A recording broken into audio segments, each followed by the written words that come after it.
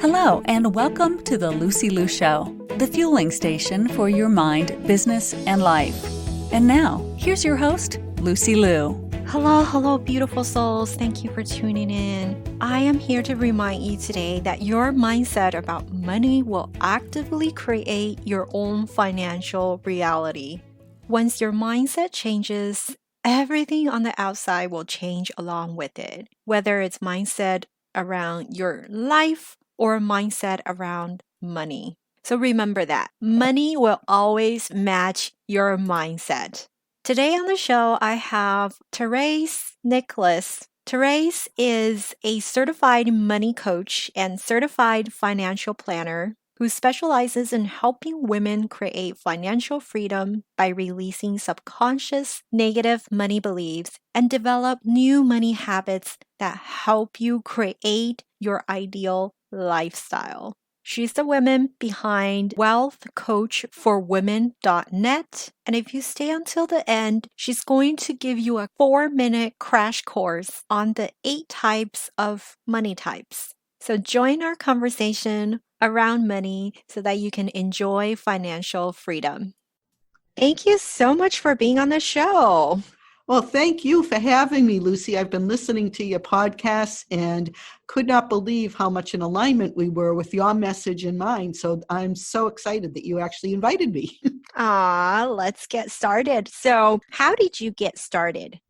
Well, as a little kid, I started working when I was about 12 years old. And once I started working, Lucy, I really got hooked on the concept of being financially independent. So, of course, a 12-year-old, you're still depending on your parents, but it was so cool to be able to go to the store and buy something without having to ask permission or ask for the money. Now, in contrast, my mother was not in that situation. Whenever she wanted to buy anything, whether it was for the kids, I came from a big family, there were 6 of us, or whatever it was that she wanted to do, she had to ask my father. And that usually resulted in some sort of a battle of wits. And I saw that behavior and I made a decision that I do not want that to be me. So fast forward, I've been in financial services my whole career, and a colleague of mine suggested that I go into asset management and financial planning, and I did. But I saw that there was a big gap between really helping people solve their money problems and what the industry was directing us to do. So I created a process that was to fill that gap. And my inspiration was knowing all the women from my past that were not empowered with money, that felt like they were at somebody else's mercy. And I was inspired to basically focus on them and help them be able to make smart money decisions so that they can enjoy financial independence. So what exactly is money coaching? Money coaching is the process of helping a person identify their beliefs and behaviors around money that lead to their results. And we found with much research that most of our decisions are subconscious. So about 90% of the things that we think and the things that we do because of those thoughts are in our subconscious mind. And a lot of that money behavior lives there. So things that you learned growing up, whether it was direct, like somebody teaching you, or just things that you watched, have an influence over how you behave today, whether it's financial, emotional, spiritual, or anything. Most of your behavior is influenced over the things that you saw in your past life. So it's very instilled deeply in our heads. It's very deep in our heads, yes. And we find that when we can take a person and help them bring all that information forward and kind of like picture laying cards out on the table, they can see that now when they behave a certain way or they feel a trigger that causes them to behave a certain way, now they're aware and they can change it. And then we also teach alternate behaviors so that they can get different results, because the definition of insanity. You keep doing things the same way and expect different results. That's called insanity.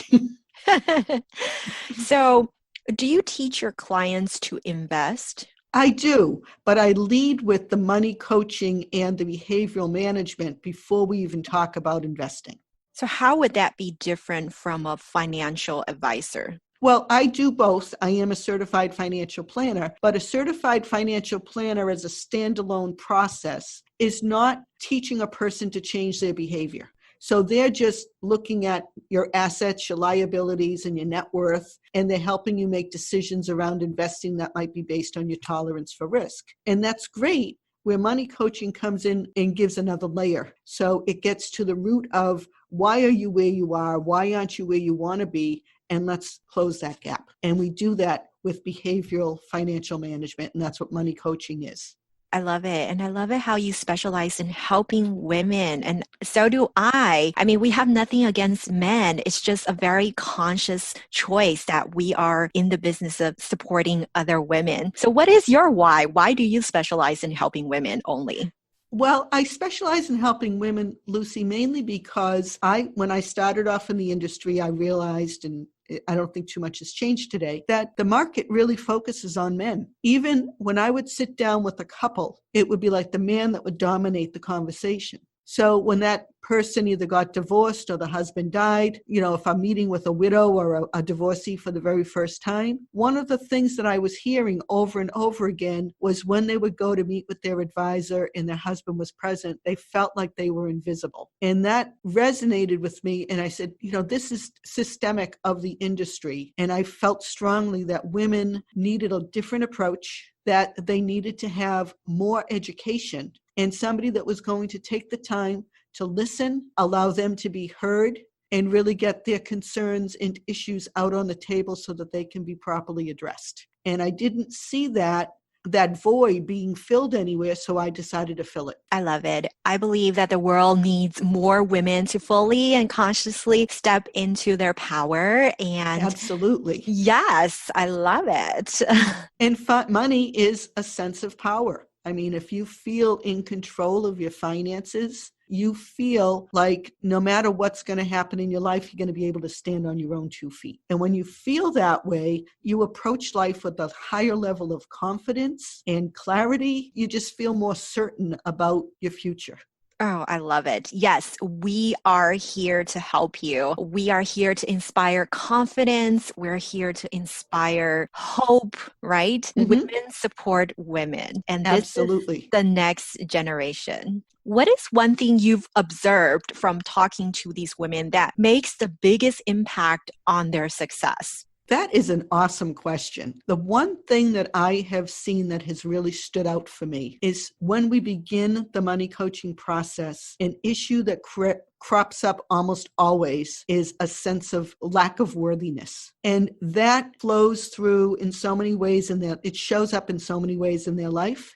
For example, a person that doesn't feel worthy, they're not going to ask for a raise. They're going to put themselves in a position of a job that's maybe under what they really should be. If there's a situation where they could possibly get a promotion, they might not show up because they don't feel worthy. And then all of that affects how much money they earn, which, spills over into all of the areas of their life. If we have lack of self-worth, that also has an impact on the people we surround ourselves with. And people that tend to either marry or have relationships with people that really bring them down, and they do that consistently, that's a demonstration of a lack of self-worth. So when you can work on someone and help them identify that, it's amazing how other areas of their life get lifted up. And I can give you a really good example if you'd like to hear it. Yeah, go ahead. Okay, well, I'm working with this woman. I've been working with her for a number of years, and she's probably one of my best, I don't want to call it test case, but somebody that really took this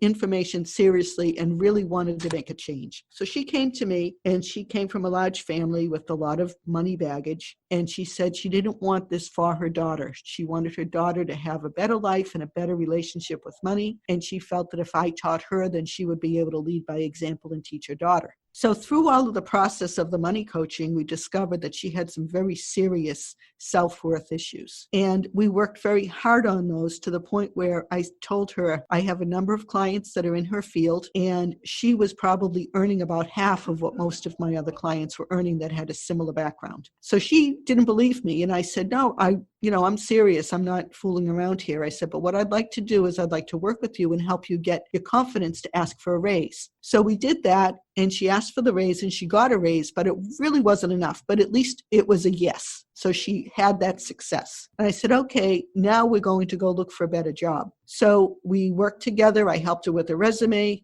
She went online. She actually secured a good interview. I helped her with the interview process, helped her prep. She got the job and she literally, no exaggeration, Lucy, she doubled her income. So she came to me, she called me right after the interview and she told me what happened and what they were going to be paying her. And she was beside herself.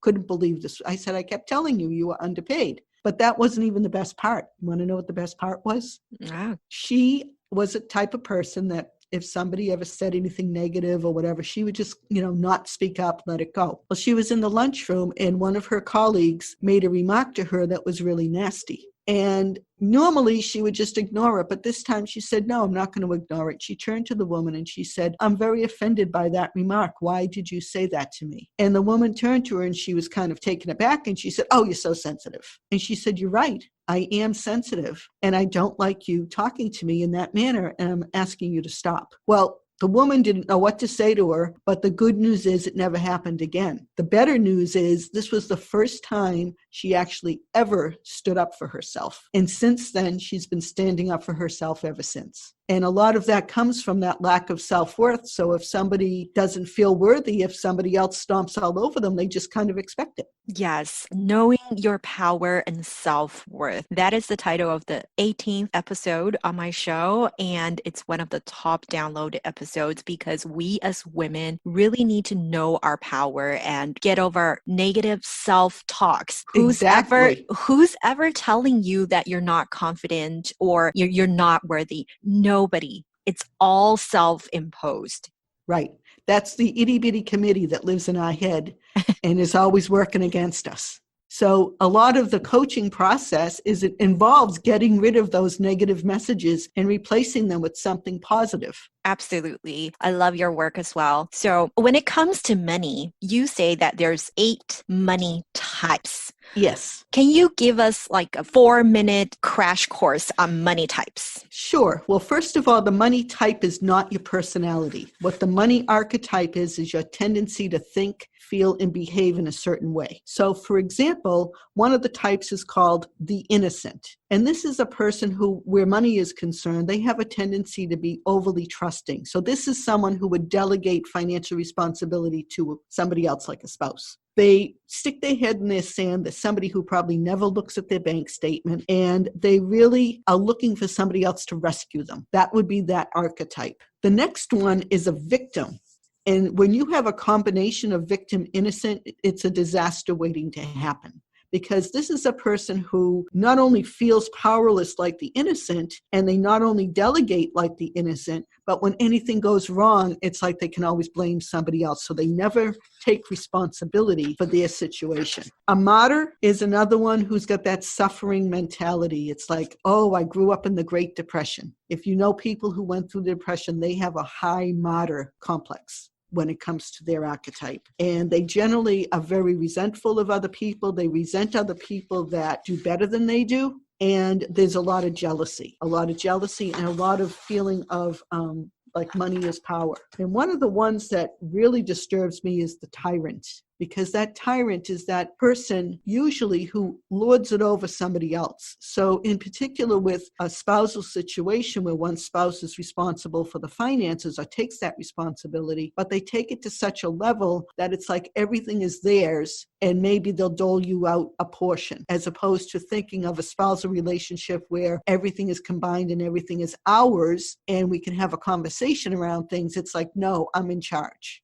Creator artist is another archetype that's interesting. That's a person who's usually very spiritual, very artistic. It's like anything goes. And they have that tendency to feel like anything goes financially. And in many cases, when I'm working with a client who is in that spiritual space, like they're a healer, they're Reiki, they be a medium, they do things that are angel reading, things of that nature, yoga. They have a conflict with money not being spiritual, and they feel like if they ask for too much money, that they're not being spiritual. So that becomes a problem when they're running a business because they never have enough money, and eventually they end up going out of business, which means they're not able to help anyone. So the two that are very distinctive that we aim for, and we aim for the combination of the warrior magician. The warrior is somebody who just has that ability to take charge. My grandmother was a warrior magician. She was an amazing, amazing woman, lived through the Depression, never once mentioned or complained about the Depression. And she could just make money out of anywhere. She was very talented. She and my grandfather were very blue collar as it gets. My grandfather was smart enough to allow her to handle all the finances, and she handled them beautifully. So she would take in sewing, do laundry, do whatever she had to do to put money on the table. My grandfather was a barber, and between the two of them, they never had any doubt that they would be able to create enough for the family. And they were very generous, very philanthropic, and always had money for charity. And I think that warrior magician has that abundance mindset where they have no fear. They feel like they're always going to be able to create enough. They have that confidence in themselves. And that's what shows up in their life because that's their belief system. And it doesn't mean you have to be a multimillionaire. It means that you are a person who has confidence that you will always be able to create more than enough. And that means that you have more than enough and you can share. And that's a person who's very well balanced when it comes to finances. They can have a conversation around money that's not emotional.